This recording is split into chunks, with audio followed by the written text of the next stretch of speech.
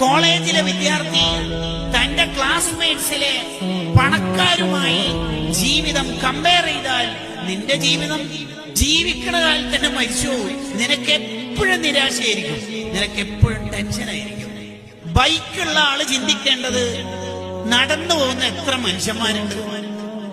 നടന്നു പോകുന്ന ആള് ചിന്തിക്കേണ്ടത് ഫലസ്തീനിലെ മക്കൾക്ക് കാല് തന്നെ ഇല്ലല്ലോ.